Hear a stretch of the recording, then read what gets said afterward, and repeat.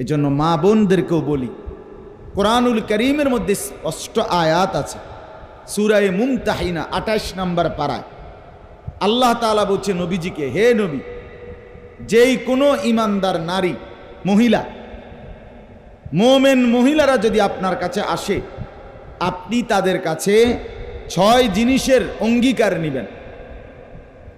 তাদেরকে বলবেন, তোমরা যদি নিজেদেরকে মুসলমান পরিচয় দিতে চাও, মুসলিম নারী হিসাবে পরিচিত করতে চাও, মুসলিম নারী হিসাবে থাকতে চাও, তাহলে 6 কথার উপরে বায়াত হও। 6 কথার উপরে কোরআনে আছে, ইয়া আইয়ুহান নাবিয়্যু, হে নবী আমার, ইদা জাআকাল মুমিনাতু, যখন আসবে আপনার নিকট মোমেন মহিলাগণ, মোমেন নারীগণ, তো তারা বায়াত করবে, ইউবাইনাকা, আপনার কাছে বায়াত করবে, আপনার কাছে অঙ্গীকার করবে, আপনার সাথে ওয়াদাবদ্ধ হবে, আপনার সাথে শপথ করবে। কি? 6 কথার। 1, আলা আল্লাহ ইউশরিকনা বিল্লাহি শাইআন, 1 নাম্বার, তারা কোনো কিছু আল্লাহর সাথে শরিক করবে না। 1। 2, ওয়ালা ইয়াসরিকনা, তারা নারীরা, মুসলমান মহিলা চুরি করবে না। 2 নাম্বার ওয়াদা করতে বলেন, স্বামীর কোনো জিনিস স্বামীর অনুমতি ছাড়া কোনো ক্ষেত্রে ব্যয় করা, দিয়ে দেওয়া, সেটা চুরির শামিল। ওয়ালা ইয়াসরিকনা, মুমিন নারী, আল্লাহ বলেন, বন্ধু ওয়াদা নেন, বায়াত করেন, বায়াত মজবুত ওয়াদা, চুরি করবে না, শিরিক করবে না। ওয়ালা ইয়াজনিনা, জিনা করবে না। নারী বেপর্দা হবে না, নারী বেহায়া হবে না, নারী বিন পুরুষের দিকে তাকাবে না, নারী কোনো অবৈধ প্রেম করবে না। নারী মুমিন থাকতে হইলে জিনা ব্যভিচারের যত কিছু, চোখের জিনা, হাতের জিনা, পায়ের জিনা, কানের জিনা, দিলের জিনা, দিমাগের জিনা এবং লজ্জাস্থানের জিনা কোনোটাই করতে পারবে না। ওয়ালা ইয়াজনিন, আল্লাহ বলছে জিনা করবেন। মুসলিম নারী বেপর্দা হইতে পারে না, মুসলমান নারী বেহায়া হয় না। মুসলমান নারী সে তার চরিত্র, তার সতীত্ব, তার ইজ্জত, তার আব্রু নষ্ট করতে পারে না, তাইলে সে মুসলিম নারী না, এটা প্লাস্টিক। বেপর্দা নারী প্লাস্টিক, কথা বুঝেন নাই? এটা ধোকা, ধোকা, ধোকা ছাড়া আর কিচ্ছু না। নারীর সত্তার মধ্যে, নারীর সৃষ্টির মধ্যে হায়া, আল্লাহ তাআলা নারীকে বানিয়েছেনই হায়া, লজ্জা দিয়ে। সেটাই যদি কেউ হারিয়ে ফেলে, তার থাকে কি আর? তার আর তো কিছুই থাকে না, কিছুই থাকে না। যেটা তার মূল উপাদান, একটা আখ, ইক্ষু, কুইসার, এটার ভিতরে চিপ দিছে বহুতক্ষণ ধরে, রসে বাইর হয় না, তো এইটার আর আসেটা কি? এটা জোকাটা দিয়ে কিনবে, এটা দিয়ে। কথা বুঝছেন? ওই যারা আপনার মেশিন দিয়া আখের রস বেছে, কতক্ষণ দেওয়ার পরে আর কিচ্ছু বাইরে হয় না, দিয়ে সব লাইটের বইটা হালাই দেয়। তো যে নারী বেপর্দা হয়, যে নারী নিজের রূপ, যৌবন, দেহ, শরীর অন্যকে প্রদর্শন করে, তো এইটা এরম সোবলা হয়ে যায়। আর মায়া, ভালোবাসা, মহব্বত থাকে না। এই জন্য আল্লাহ তাআলা বলেন, ওয়ালা ইয়াজনিনা, নবী বলেন তারা যেন বায়াত করে, শপথ করে, জিনা করবে না, ব্যভিচার করবে না। আশ্চর্যের কথা হলো, এই আয়াত যখন নাজিল হয়েছে, নবী সাল্লাল্লাহু আলাইহি সাল্লামের কাছে মুসলমান হয়েছে, তখন মহিলাদের মধ্যে একজন ঐতিহাসিক মহিলা, মহিলাটা হলো আবু সুফিয়ানের, হযরত আবু সুফিয়ান রাদিয়াল্লাহু তাআলা আনহু, যিনি পরে মুসলমান হয়েছেন। আবু সুফিয়ানের স্ত্রী। উহুদের যুদ্ধে নবী সাল্লাল্লাহু আলাইহি সাল্লামের চাচা হযরতে হামজা রাদিয়াল্লাহু তাআলা আনহুর কলিজা চাবাইয়া খাইছে যেই মহিলা, এবং নবীজির চাচা হামজার লাশ কাইটা টুকরা টুকরা কইরা চোখ নাক কান কলজা এগুলারে যে গলার মালা বানাইয়া গলাত লাগাইয়া নাচছে গাইছে উহুদের ময়দানে, এমন জঘন্য মহিলা ছিল উনি।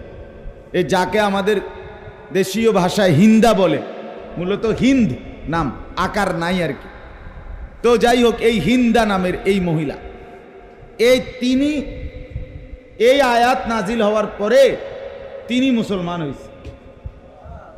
হ্যাঁ, মুসলমান হওয়ার পরে নবীজির কাছে আসার পরে নবীজি যখন বলছে এই কথাগুলোর শপথ ওয়াদা করো, বায়াত করো, বলছে কি কি বলেন, তো বলতে লাগছে। তো এর 3 নম্বরে যখন বলছে ওয়ালা ইয়াজনিনা, বলো এ কথার ওয়াদা করো যে জিনা করবে না।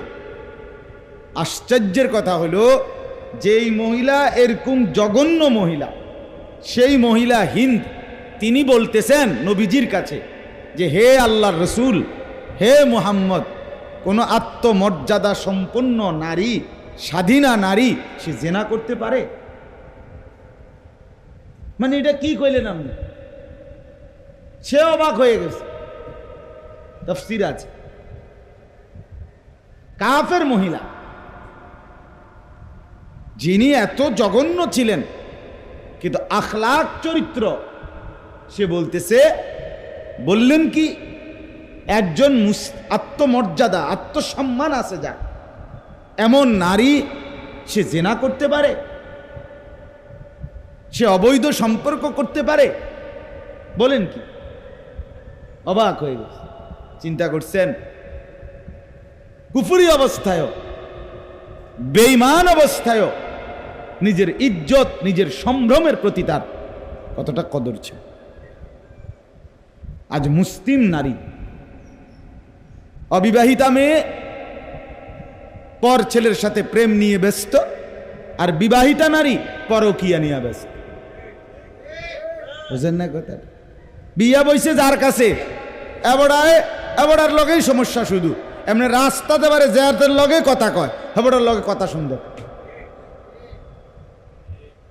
এবার এটা অটোর ড্রাইভার হোক, সিএনজি ড্রাইভার হোক, বদিল্লা হোক, যে ইচ্ছাই হোক, কুলি হোক, দিন মজুর হোক, তার লগে কথা একদম শুদ্ধ সুন্দর, হাসি ছাড়া কথা নাই। কিন্তু ঘরে যার সংসার করে, আবার লগে ছাঁত ছাঁত ঝাঁত ঝাঁত। কি আজীব মঞ্জার, কি আশ্চর্য কথা এটা! এটা কেমন এমন হবে কেন? হ্যাঁ, কেউ রাগ করবো, রাগ করলে কি এরকম কত রাগ কত জনে করে।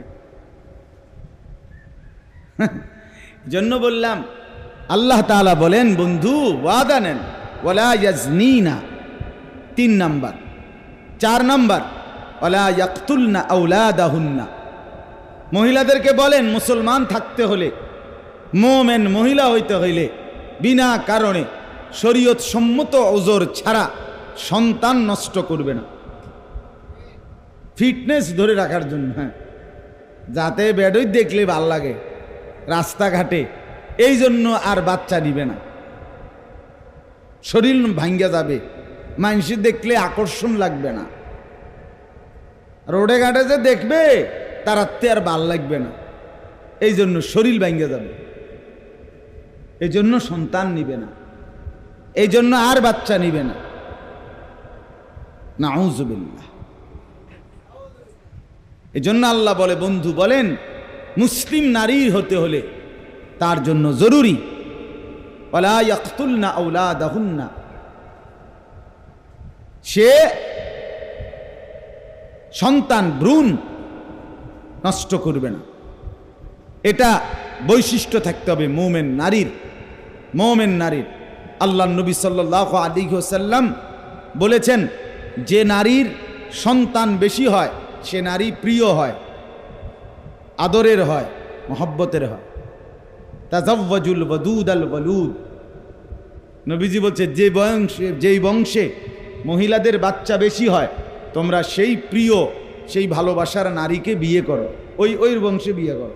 খবর লাও, এই বেডির মা, শাশি, খালা, হেগো জিফুত কয়জন? জানো না এই কথা? হাদিস এটা। ফাইন্নী মুফাখিরু বিকুমুল উমাম ইয়াউমাল কিয়ামা। বলেন কেননা আমার উম্মত যত বেশি হবে কিয়ামতের দিন আমি রাসূল আমার উম্মতের আধিক্য নিয়ে আল্লাহ তাআলার সামনে গর্ব করব। এটা খেয়াল করা। তাইলে 4 নাম্বার এটা। 5 নাম্বার ওয়ালা ইয়াতিনা বিবুহতানিন ইফতারিনাহু বাইনা আইদিহিন্না ওয়া আরজুলিহিন্না। এই 5 নাম্বারের অর্থ হলো, হে নারী, হে নবী, মহিলাদের থেকে মুসলমান নারীর এই ওয়াদা নেন যে সে নিজের স্বামীর সন্তান ছাড়া অবৈধ সম্পর্ক করে, বিবাহের পরে অবৈধ জিনা ব্যভিচার করে পেটে সন্তান আসছে, কিন্তু সেটা সে ভিন পুরুষ থেকে নেয়া, কিন্তু অথচ চালাইয়া দিছে নিজের স্বামীর নামে।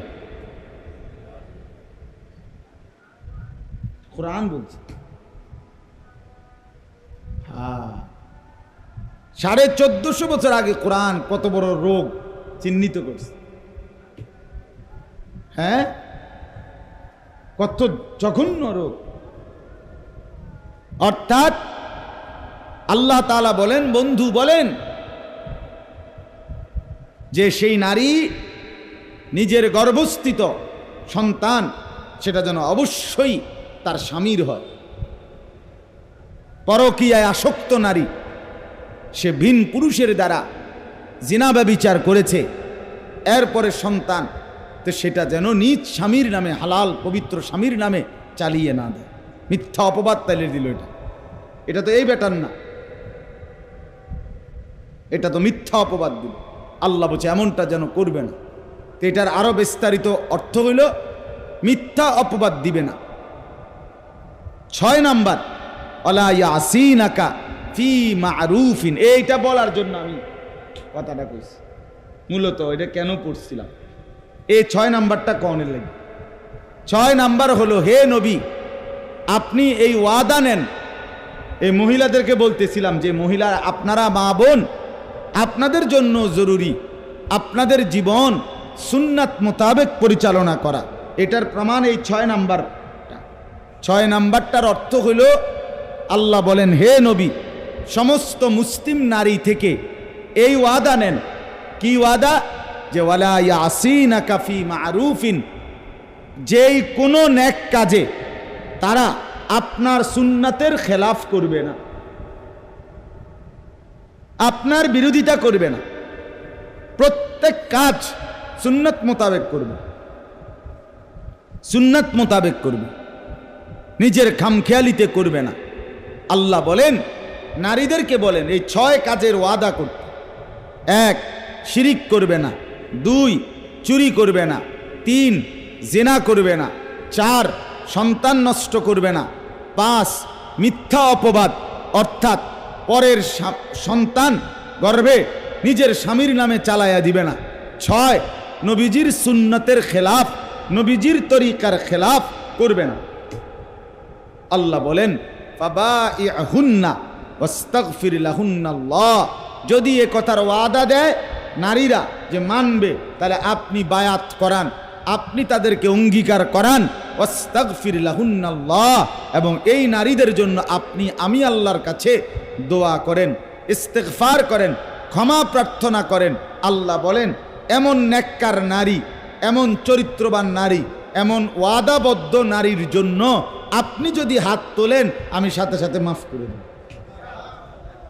ইন্নাল্লাহা গফুরুর রহিম, নিশ্চয়ই আল্লাহ সীমাহীন মাফ করে নেওয়ালা, দয়া করে নেওয়ালা। এজন্য এটা বললাম।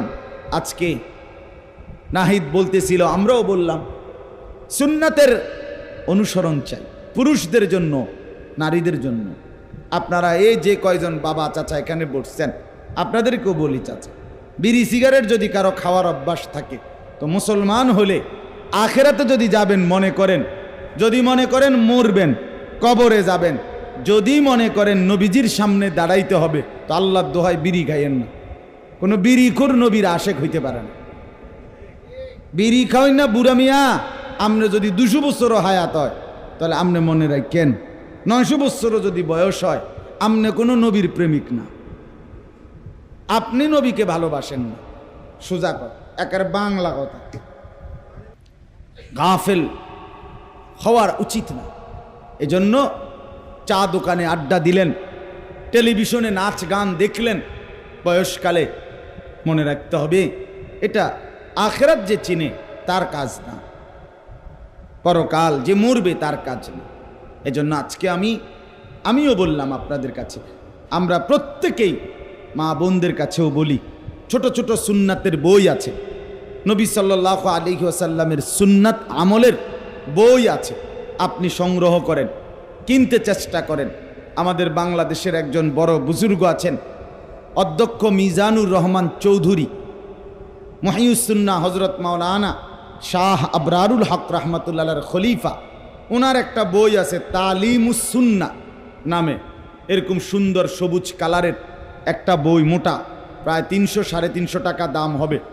এই বইটা একজন মুসলমানের জীবনে যত সুন্নাত দরকার, ছোট বড় একদম বিস্তারিত ব্যাখ্যা সহ বিস্তারিত বাংলায় বর্ণনা আছে।